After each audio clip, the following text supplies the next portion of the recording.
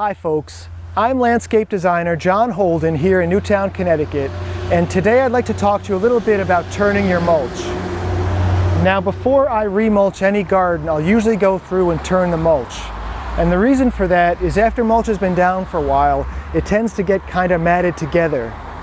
And when your mulch is matted together, it's going to just allow all the water to run off it, and air is not going to get to the roots. So what we want to do is we want to create a nice loose environment like leaf litter in a forest.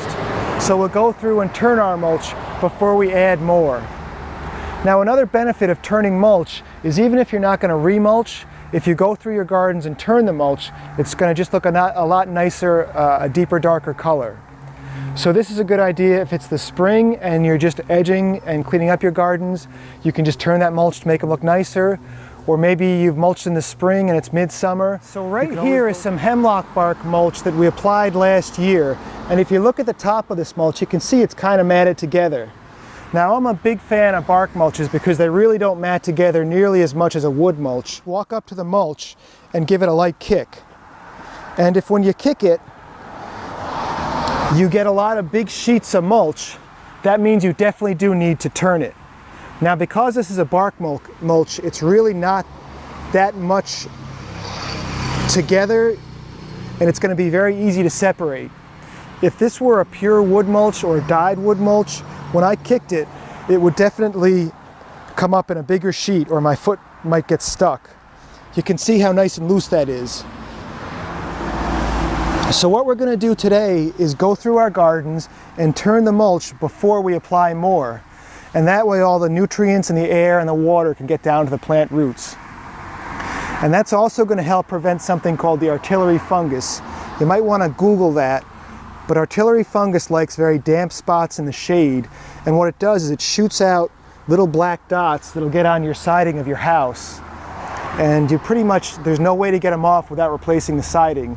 So that's another good reason. You're not going to prevent artillery fungus by turning your mulch, but you can certainly make sure that there's less of a chance of getting it. My go-to tool for years to turn mulch has been this tool right here, which is called the Garden Weasel. And what I've noticed is that if you hold it so that the angle of the Garden Weasel is more parallel to the ground, it's a more aggressive action. So if your mulch really needs to be turned a lot, hold it that way. If the mulch is looser and you're more going just to fluff it up a little bit or give it more color, I hold it this way. And all you have to do is work your way through the gardens and just go over the gardens and hit it with the weasel. And it'll kind of fluff it up a bit and make it look nice. And you just work your way right around the gardens.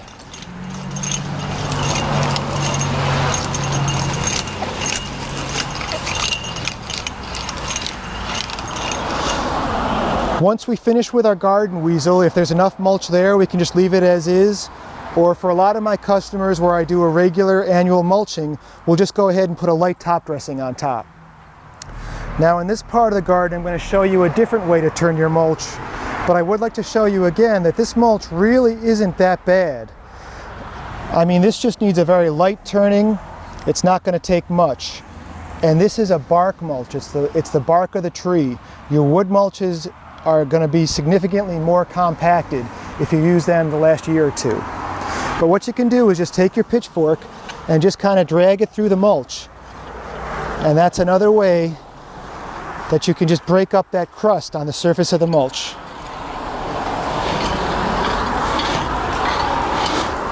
This is a little bit more aggressive than the weasel, but the weasel is nice because it leaves the mulch nice and smooth when you're done.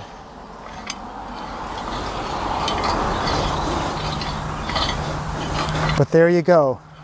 And then this bed right here is ready for either a top dressing of mulch, or if we have a good 2 to 3 inch layer, we can just leave it as is. Here we are in a different part of the garden. We kicked the mulch. Again, it's really not that bad, but we do just want to give it a light turning to freshen it up a bit and to allow air, water, nutrients through. So what we're going to do here is I'm going to use the Metal Rake. Now the Metal Rake really isn't my preferred way of doing it because it usually ends up getting kind of clumpy. But if it's what you got to use what you got. So here's a sample of how to turn it with the metal rake.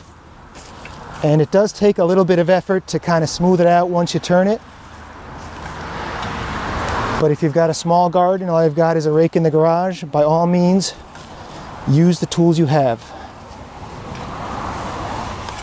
In my 20 years as a landscaper and a landscape designer since graduating from college with a degree in ornamental horticulture, the number one mistake I see by professional landscapers is applying mulch too deeply. The second biggest mistake I see is landscape contractors not turning mulch before they apply more.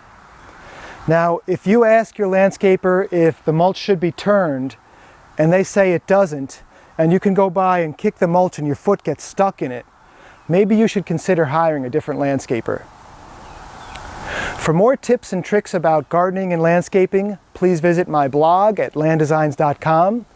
As always, folks, thank you for watching, and I look forward to seeing you again soon. Happy gardening!